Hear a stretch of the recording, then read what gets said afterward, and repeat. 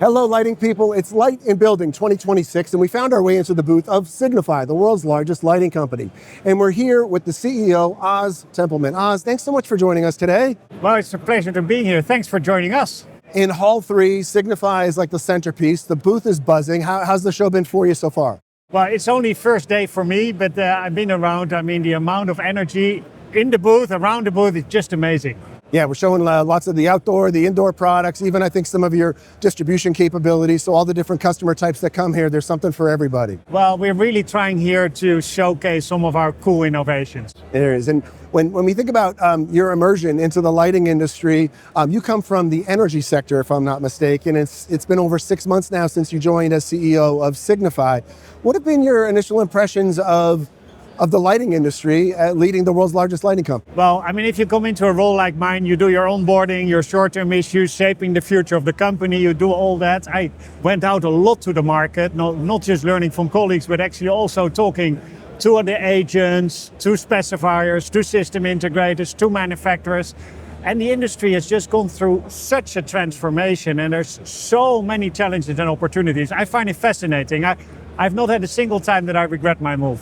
Is there anything that you thought as an outsider that you've had to rethink since you've been on the inside now for the time you've been here? Well, I think that comes with the transformation, really. I mean, when we were in the conventional, or even the first generation of LED lamps, it was primarily a product push model. Mm-hmm. You produce a superior product, you put it on the shelf, it will sell itself, and then you have a repurchase.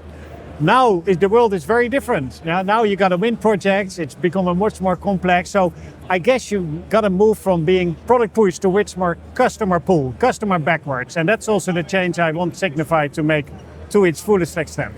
And with the number of specifiers and designers here, and I understand there's a nice contingency from North America that's here as well, that's where the pull comes in, is when they get those on the specifications, they specify the Philips or the Signify products, and then we're off to the races. When you think about the complexity of the business, certainly you had operational complexity in your past roles of leadership, but now there's so many factories that Signify has. Some of them are joint ventures, some of them are outsourced, some of them are Signify owned, and all the boxes and SKUs and containers that have to ship across the world. How do you manage all that? And is there a particular model, whether it's the joint venture factory or other types of factory models, that make the most sense for Signify, depending on the global region you're in? Yeah, I mean, for me, there's two priorities. One is to make sure we outperform in what is quite a challenging market. Yeah. And that means that we do need to address our cost base. We do need to address the supply chain. We do want to engage much more actively with the ecosystem. And then we also need to invest in our systems.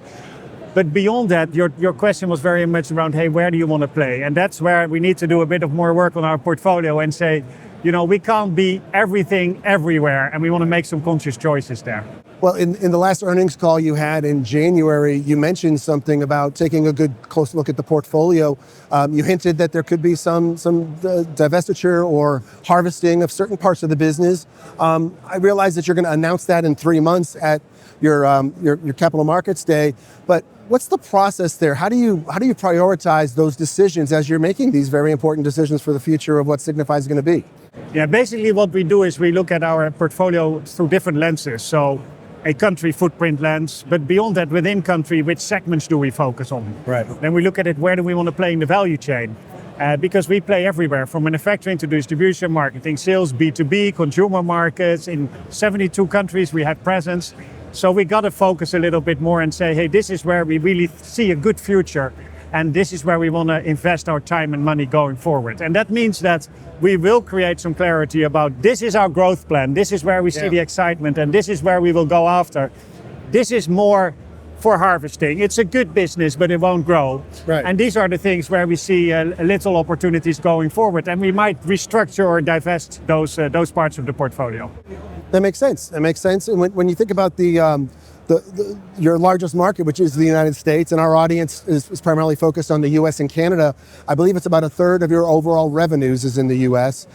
We have lots of different ways you go to market in the US, from OEM to the consumer lamps, but the commercial side, or what you folks would call the professional side, there's the Cooper Lighting, and then there's the Genlyte, which are in two separate channels that go through different agent channels.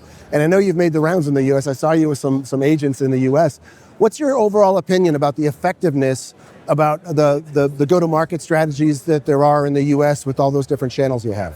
First of all, let me confirm or emphasize that the US market, in terms of markets, is on top of my list. I see a great future of the company in the US, and if I would have to make a choice about where to make significant investments, it would likely be in the US market. So that's number one thing. To your question about route to market, we currently have the two organizations, the two companies, Genlyte and Coopers. Both have their own history, their own strength. And my focus now is on making both companies the best they can be and very competitive. Makes sense. And there's also some great brands there. When you think about like the Color Kinetics installation, I think I saw a picture of you in front of the Empire State Building.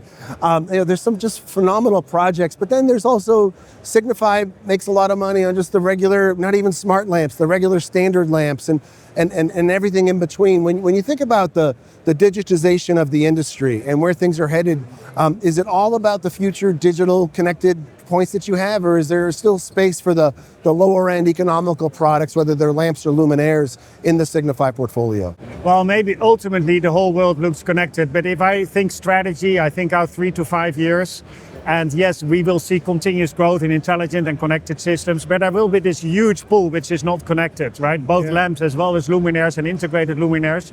And I think also within that space, there's still great growth opportunities. So no, it's not, we will become much more of a software company and invest in intelligent and connected systems, but we will certainly not shy away from also making sure we take full advantage of the opportunities presented in the other parts of the business. Makes sense. When you think about the one part of the business which is designed to get smaller and smaller, that's the conventional lamp business that you have through legislation and just efficiencies in LED. But you're still making fluorescents and HIDs and other specialty sources. Some people would say it's only 6% of your business, but that's still the equivalent of about $380 million US, which is significant. When you think about that business itself, it's very high profit margin. At what point do you make the decision to get out of the conventional business? How would that have to evolve to the point where you exit that business? Yeah, no, I understand the question fully. First of all, within that 6% business, there's about 75 or 100 million of business, which is not declining so sharply because it's very specific applications. But when it comes to conventional general lighting, that business is subject to a 25% decline year on year. The team managing it does a terrific job. We keep shrinking our manufacturing base. We keep, lowering our cost as the top line declines as well. To your question about who is the best owner of that, for now it is deeply integrated into our own organization. So to pull that out and divest it and have a different owner of it, I think would be quite complex. But it's not a business where we see a long-term future. So we will make the most of it. That's the strategy for now. And when you think about the future of the business, say, someone in your shoes, you have to look quarter by quarter and deliver those results, but you also have a long view of the horizon of where you're taking Signify. What's your long view of the company as far as where you want to be 5+ years from now and where you're taking things? Yeah, and well, first of all, to investors, I would say we're going to create a lot more clarity about how our current portfolio performs and where we want to take the portfolio.